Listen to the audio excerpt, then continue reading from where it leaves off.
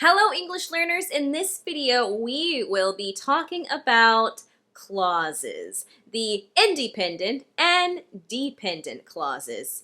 But what is a clause?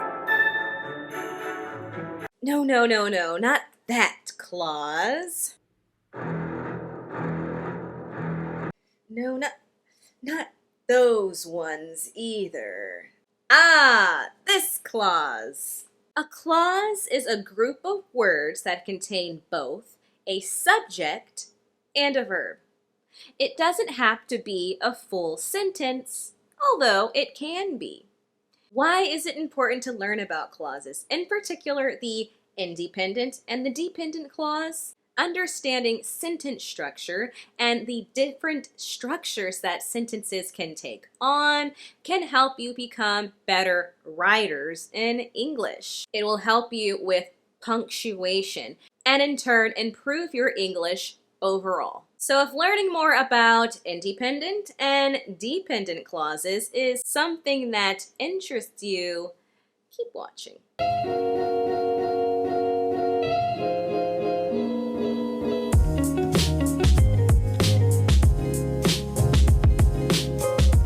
So, like I mentioned, a clause is a group of words that contain both a subject and a verb. Here are a few examples of clauses. So we can look at these sentences and be able to identify them as clauses because we were able to see that they all contain a subject and a verb. While Dad was sleeping, Dad is the subject, was sleeping is our verb. I drank yesterday. I is the subject, drink is the verb. He crawled under the sofa. He is the subject, crawled is our verb. Because I never knew, I is the subject, knew is the verb. I think you understand by now. So clauses are different from phrases, okay?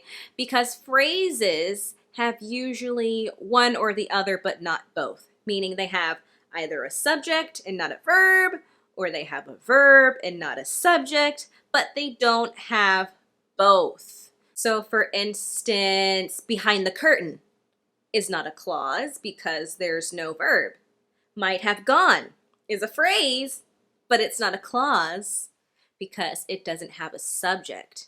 And the little boy is a phrase, but not a clause because there is no verb, okay? So that's the difference between a clause and a phrase. So we will now just continue to look at clauses. Like I mentioned, clauses can be divided into independent or dependent clauses. Another name for a dependent clause is a subordinate clause. Subordinate.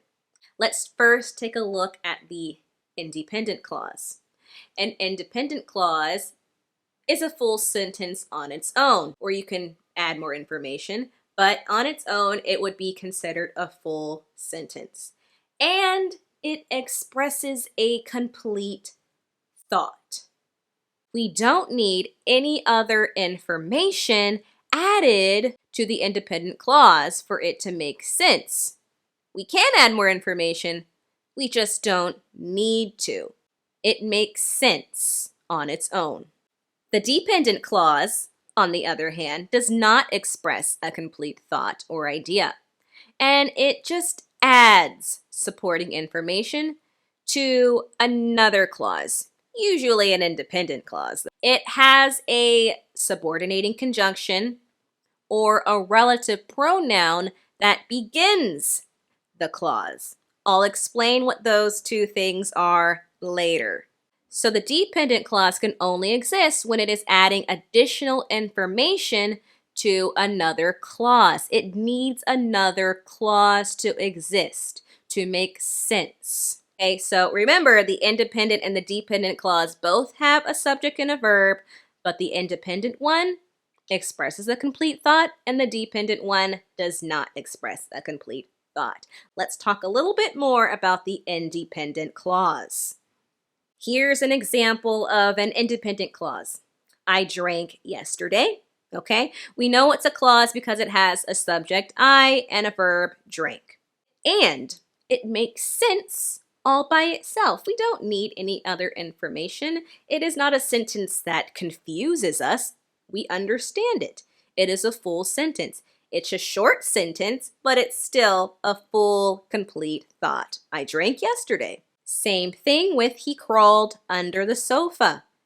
We have our subject and our verb, so we know it's a clause, and it makes sense on its own. No other information needs to be added for it to make sense. He crawled under the sofa. I stayed up late. It's a clause, and it's an independent clause. It makes sense. We don't need any more information. That is a full and complete simple sentence. Kate tried on the bathing suit. Also an independent clause. We don't need any further information in order for it to feel or be complete. So now we're going to go into the dependent clause. And a dependent clause, remember, does not express a complete thought or idea on its own. It's used to modify or add information to another clause, right? And it also has a subordinating conjunction or relative pronoun at the beginning of it. So here we have independent clauses, but I'm going to add dependent clauses to it so you can sort of see how the dependent clauses work. Bam! All right, well, let's look at our first sentence. I drank yesterday when I was home alone. The underlined sentence is what we would consider a dependent clause. When I was home alone. If we were to remove the first part of the sentence, I drank yesterday, and just be left with when I was home alone, it wouldn't make sense at all. When I was home alone. What happened when I was home alone?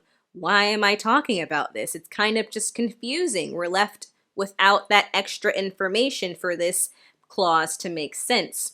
But when I add I drank yesterday to the sentence, it makes sense. I drank yesterday when I was home alone. Ah, okay, I get it. I get what's going on here. Next, he crawled under the sofa as if he was hiding. If we were to remove the first part of the sentence, he crawled under the sofa, and just be left with as if he was hiding, that would be a pretty strange sentence, as if he was hiding. What did he do as if he was hiding? We need more information, as you can see. That's why we add the dependent clause to the independent clause. He crawled under the sofa as if he was hiding. Now the sentence makes sense. Let's take a look at number 3. I stayed up late so that I could finish my homework. If we removed I stayed up late and we're just left with so that I could finish my homework, you would have some questions. So that I could finish my homework. What did you do so that you could finish your homework? We need more information. I am confused. But when we add the independent clause, I stayed up late, to that dependent clause, the sentence now makes much more sense to us. I stayed up late so that I could finish my homework.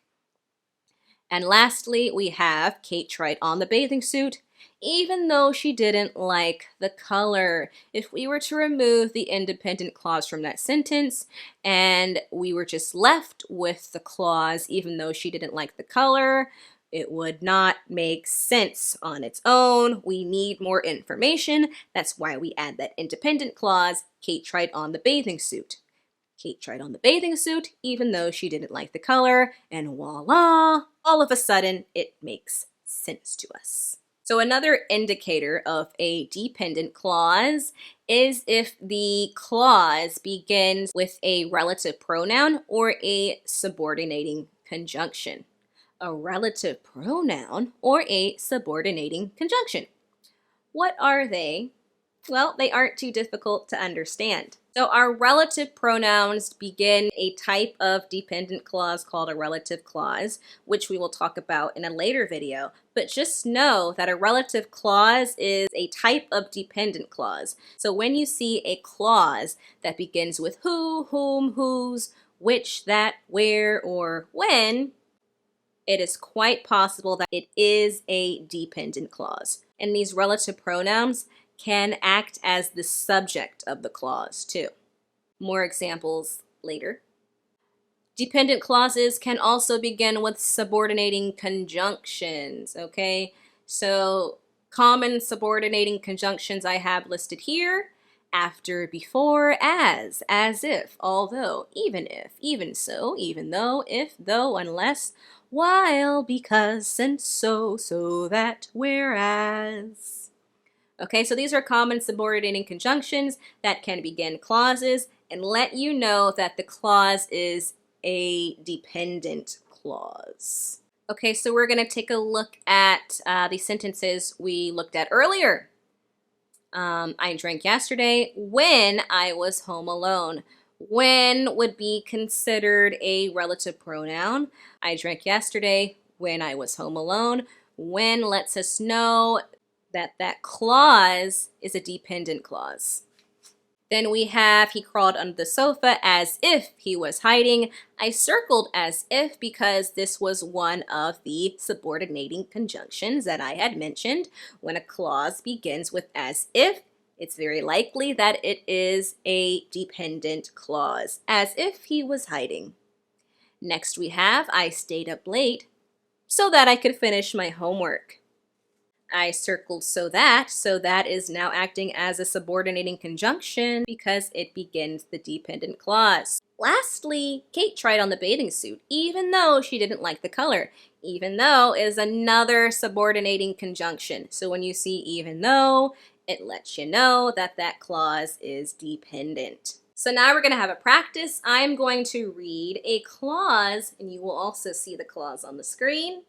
And you will decide whether it is an independent clause or a dependent clause. Before he went to work. Before he went to work. Is this dependent or is it independent? It's dependent. We begin it with a subordinating conjunction before, and it really doesn't make sense on its own. We need more information. Sean wept for days. Dependent or independent? Independent. It is the complete sentence on its own. We don't need any more information. Sean wept for days. Sean wept for days. It doesn't begin with a subordinating conjunction, so that can be a clue. Next, who went to the elementary school up the street? Who went to the elementary school up the street? This is a dependent clause. It's also a relative clause, right? Because it begins with that relative pronoun who, right? Who went to the elementary school up the street. And who is acting as the subject. And we also have our verb, went. I called her on the phone. I called her on the phone. This is an independent clause. It is a full sentence on its own. It expresses a complete thought. He took all the medicine. He took all the medicine. This is an independent clause. It's a complete thought. We don't need any more information. Next, we have whenever she felt the cool air. Whenever she felt the cool air. Dependent. One indicator is that it starts with a subordinating conjunction, whenever. Also, it's not a complete thought. What happened whenever she felt the cool air? We need more information. Okay, so in this exercise, you are going to match the clauses to make complete sentences. So at this point in the video, you are going to pause and match them on your own, and then we will go over the answers together. All right, so clause A will be matched with clause 1. He put on the suit and tie before he went to work. You could also put that dependent clause first. Before he went to work, he put on a suit and tie. But you notice when we have the dependent clause first, we add a comma. Make sure you add that comma after the dependent clause if you decide to put it first. Before he went to work, he put on a suit and tie. But if the dependent clause comes after the independent clause, then you don't need to do it. Clause B matches with clause 6. Sean wept for days after his dog had died. Or you could have after his dog had died, Sean wept for days. Okay? Remember your comma placement. When the dependent clause comes first, put a comma after it. And then clause C matches with clause 5.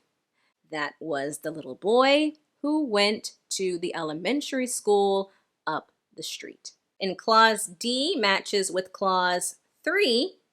I called her on the phone when I had some free time. Or you could say, when I had some free time, I called her on the phone. I called her on the phone when I had some free time, or when I had some free time, comma, I called her on the phone. E matches with 4. Even though he took the medicine, comma, he did not get any better. Or you could say he did not get any better even though he took all the medicine. And lastly, F matches with 2. She would shiver whenever she felt the cool air, or whenever she felt the cool air, she would shiver. Shivering is when your body starts to shake when it's cold. You're shivering. Okay, my lovely students, that is the end of this video. If you found it useful, make sure to give me a like. Feel free to leave a comment if you have any questions. And until next time, English learners.